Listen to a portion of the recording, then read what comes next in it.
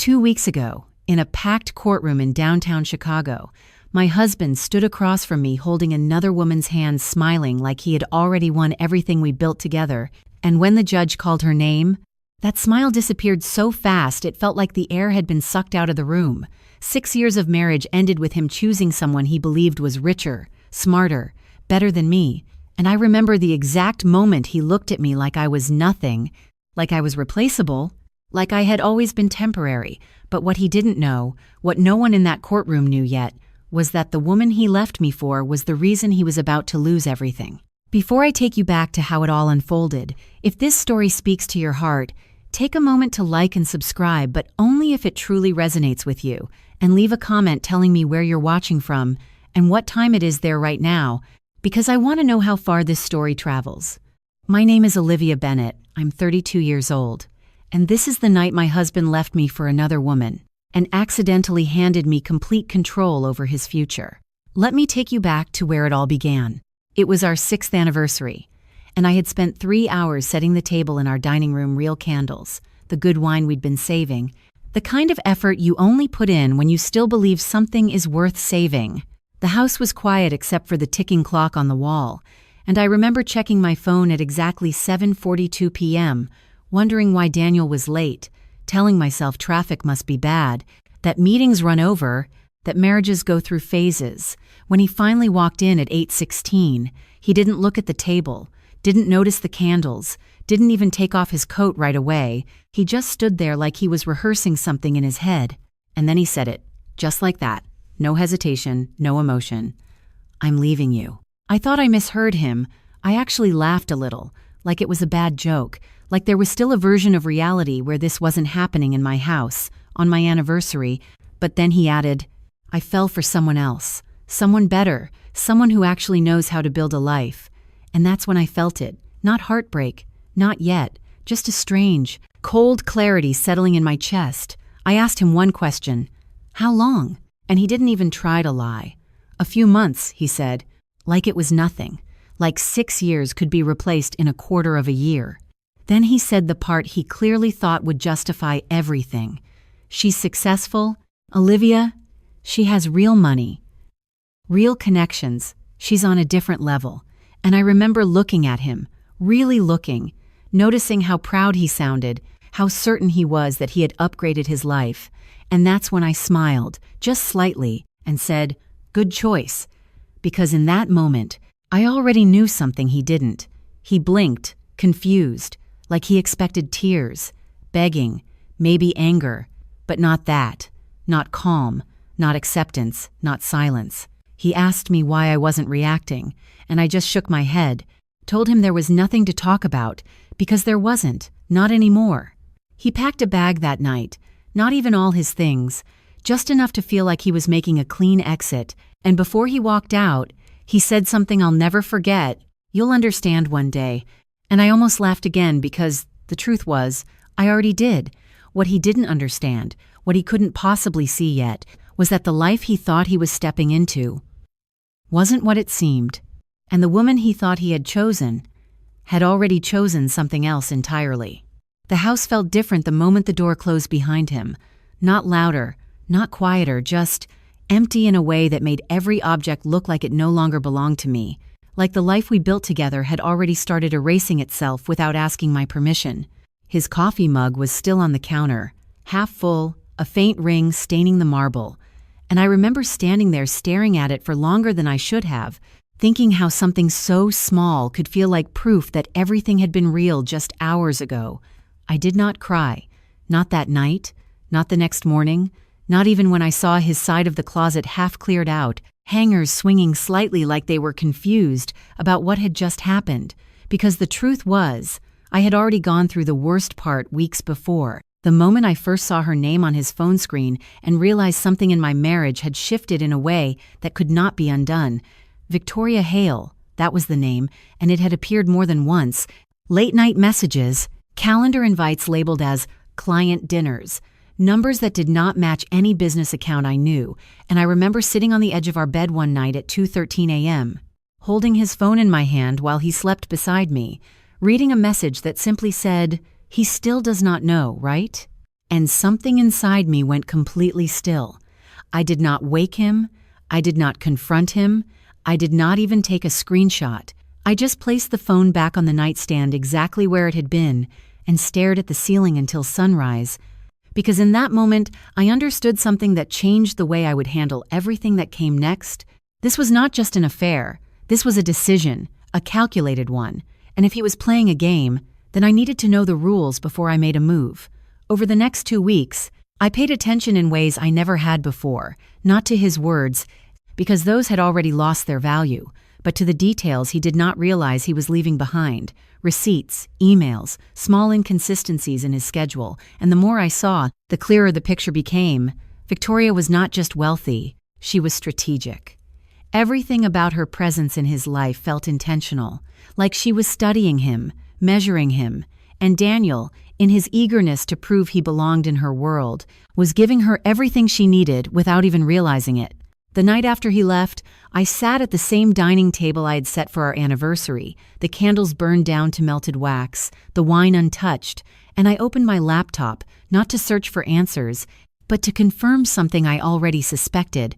Because the name Victoria Hale was not unfamiliar to me, not completely, it lingered in the back of my mind like a song you cannot quite place, and when I finally found what I was looking for, a company profile, a board listing, a series of investments tied together under a structure most people would never recognize at first glance, I leaned back in my chair and let out a slow breath, because the situation was no longer unclear, it was precise.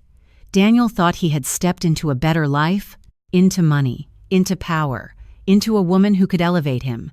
But what he did not understand was that he had walked into something designed, something controlled, something that had been built long before he ever realized he was part of it. And the most dangerous part was not that he had chosen her, it was that he believed he had a choice at all. I closed the laptop and looked around the house again. The same walls, the same furniture, the same life. But now it all felt different. Not because it was ending, but because for the first time I could see exactly how it had been structured, what was mine, what was his, and more importantly, what he thought belonged to him that never actually did. And that was the moment I stopped seeing myself as the woman who had been left behind, and started seeing myself as the only person in this situation who actually knew what was coming next. 3 days after he left, Daniel called me for the first time, not to apologize, not to explain, but to ask about money. And that was when everything became painfully clear. His voice was different, lighter, almost excited, like someone who had just upgraded their life and could not wait to talk about it. And he said, "I need you to send me the account details for the joint investment fund," like it was a normal request, like nothing had changed, like he had not walked out of our marriage and into someone else's arms without a second thought. I leaned against the kitchen counter, looking at the same spot where his coffee mug used to sit, and asked him one simple question: why? And there was a pause, just long enough for me to hear the truth before he tried to dress it up. "Victoria's helping me restructure some things," he said. "She has connections, Olivia, real ones. She knows how to grow money, not just save it." And there it was, the shift, the belief that everything I had built was small compared to what he thought he had found. I told him I would think about it, and he sounded relieved, like he expected cooperation, like he still believed I was the same woman who would quietly support whatever decision he made. And when the call ended, I set my phone down and let out a breath I did not realize I had been holding, because that single conversation confirmed what I needed to know. He was already trusting her with financial decisions, already moving pieces without understanding the board he was playing on. Later that afternoon, I drove to a building downtown, one I had not visited in months, and a glass tower that reflected the skyline like it was trying to disappear into it. And when I stepped inside, the receptionist greeted me by name without hesitation, not because of Daniel, but because of me. And that difference mattered more than anything. The elevator ride up to the 23rd floor felt slower than usual, each number lighting up one by one, giving me just enough time to settle into the version of myself I had not needed to be for years, the one who understood contracts, leverage, structure, the one Daniel had never really seen because he never asked the right questions. When the doors opened, I walked into a conference room where 3 people were already waiting. Files spread out across the table, quiet, focused, prepared, and one of them looked up at me with a small, knowing smile and said, "We were wondering when you would come in." And I nodded, because the truth was, I had been waiting for this moment longer than anyone realized. We went over everything, every asset, every account, every signature Daniel had ever placed on paper without reading the fine print, and the more we reviewed, the more obvious it became that his confidence was built on assumptions, not facts. Assumptions about ownership, about control, about what belonged to him, versus what had been structured in ways he never bothered to understand. At one point, one of them slid a document across the table and tapped a specific line, and I recognized it immediately, not because I had memorized it, but because I had designed it, years ago, when Daniel was still trying to prove himself, still asking for guidance, still listening, and I remember telling him back then, this is just a formality, because it was easier than explaining the full architecture of what we were building, and he had signed it without hesitation, trusting me completely. A trust he would later replace with someone else, without realizing what that original decision meant. By the time I left the building, the sun was already setting, casting long shadows across the street, and I stood there for a moment, looking at my reflection in the glass, not as the woman who had been left, but as the one who understood exactly how the next move would unfold, because Daniel thought he was stepping into a world of wealth and power, but in reality, he had just handed himself over to a system that did not belong to him, and the most dangerous part was that he was doing it willingly, signing papers, transferring access, trusting a woman he barely knew, all while believing he was gaining something, when in fact, he was slowly giving everything away. By the end of the first week, Daniel had completely disappeared from the version of reality we used to share, not just physically, but structurally, like he had stepped into a different system with new rules, new priorities, and a new version of himself that I barely recognized. I started hearing things, not directly from him, but through the quiet network that always exists in cities like ours, mutual acquaintances, old colleagues, people who talk more than they realize, and the pattern was always the same. Daniel had been seen at places he never used to go, private clubs, high-end restaurants where reservations are not made unless someone opens the door for you, and every time his name came up, it was followed by hers. Victoria Hale, said with a kind of careful respect, the kind people use when they know they are talking about someone powerful. One afternoon, I received a message from an old client who did not know the full story, just enough to be curious, and it read, "I saw Daniel last night. He looks different." And I understood exactly what that meant without needing clarification, because Daniel had always wanted to be seen as someone important, someone who belonged in rooms that required more than ambition to enter, and now, with Victoria beside him, he finally believed he had made it. What he did not understand was that those rooms were not just about wealth, they were about control, about knowing who held the leverage and who was simply being allowed to sit at the table. A few days later, I saw it for myself, not by accident, but because I chose to.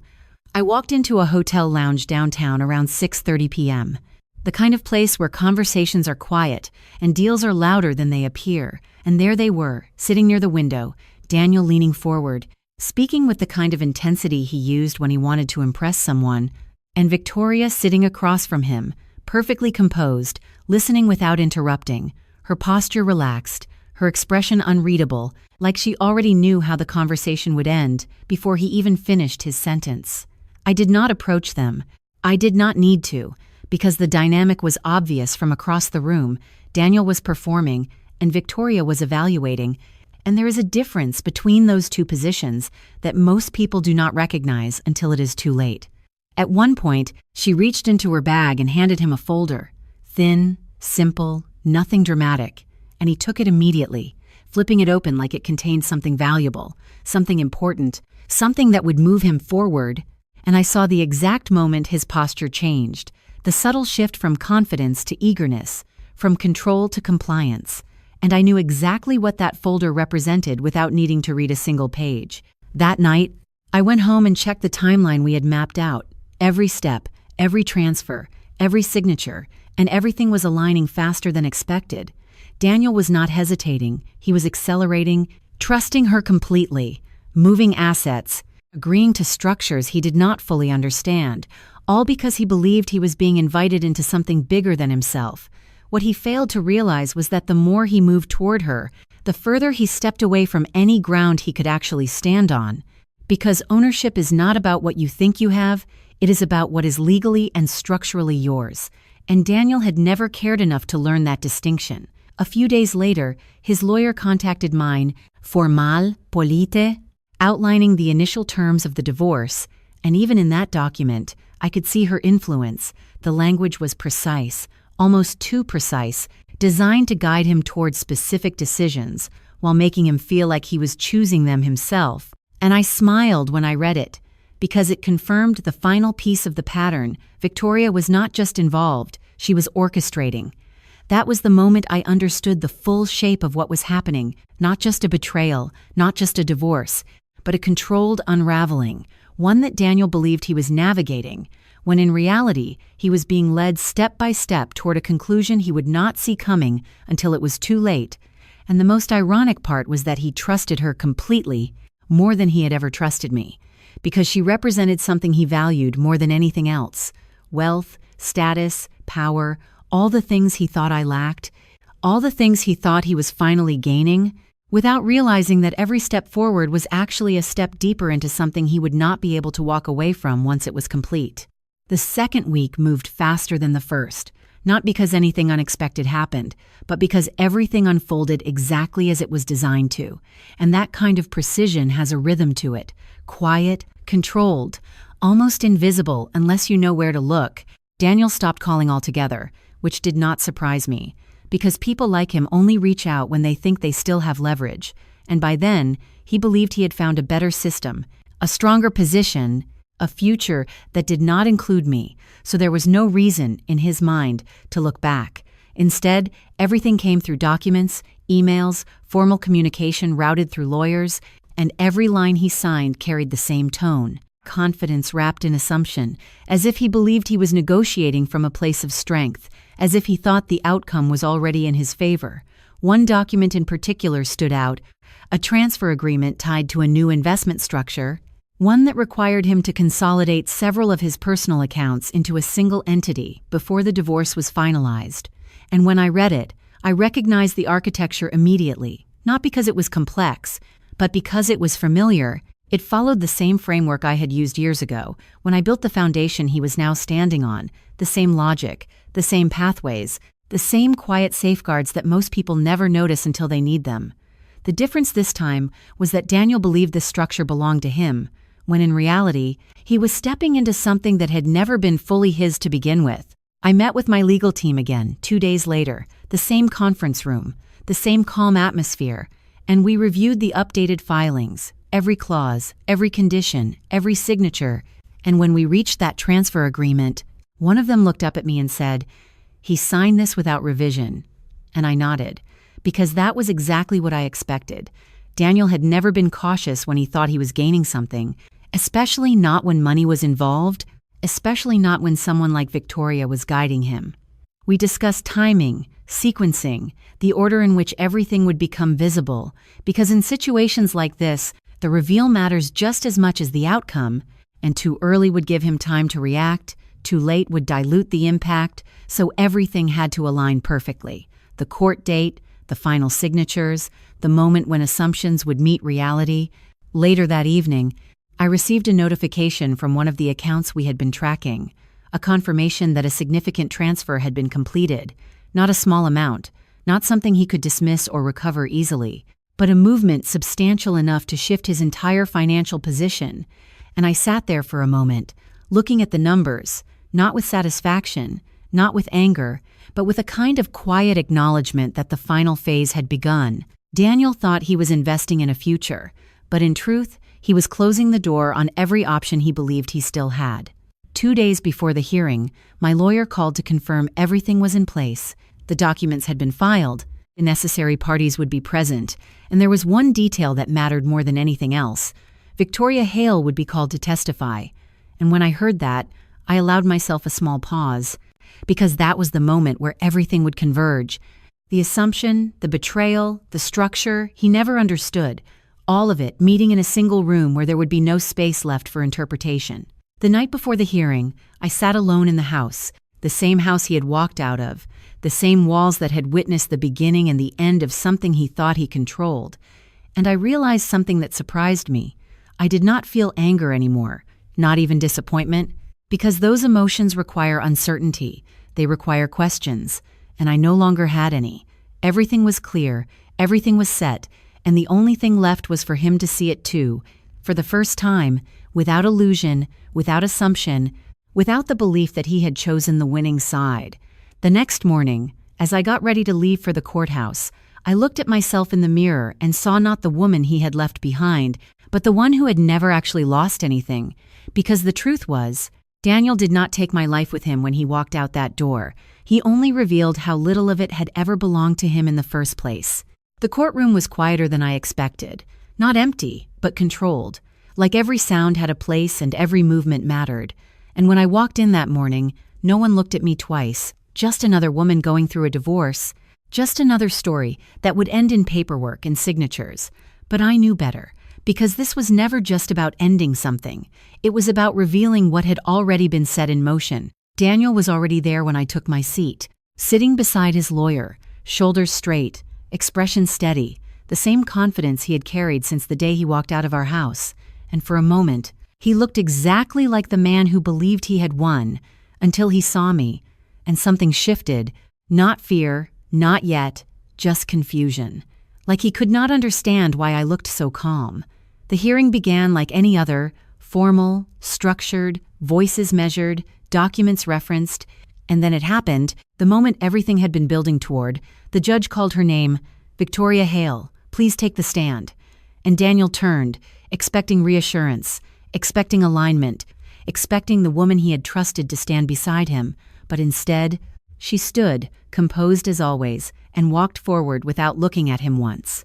I watched his expression change in real time, the subtle tightening of his jaw, the way his hand moved slightly, as if to reach for something that was no longer there.